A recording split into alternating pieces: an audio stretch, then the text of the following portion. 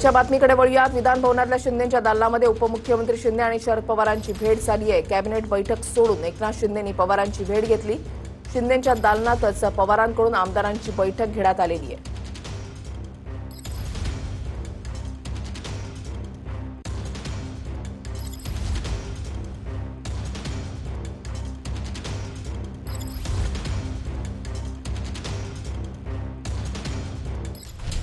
विधान भवनातल्या उपमुख्यमंत्री एकनाथ शिंदेंच्या दालनात शरद पवार आणि शिंदेंमध्ये भेट झाली।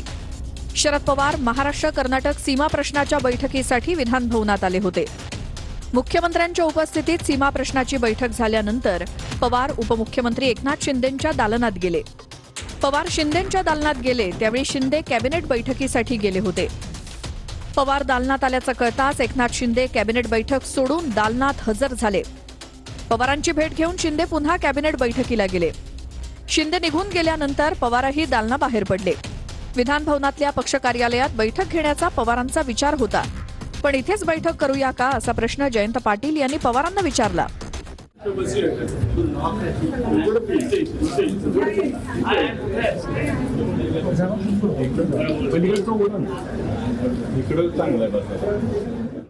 पवारांनी होकार दिल्यानंतर शिंदेंच्या दालनातच पवारांनी पक्षाच्या आमदारांची बैठक घेतली। या बैठकीला जितेंद्र आव्हाड, जयंत पाटील, उत्तम जानकर, रोहित पाटील, अभिजित पाटील यांच्यासह इतर आमदारही उपस्थित होते।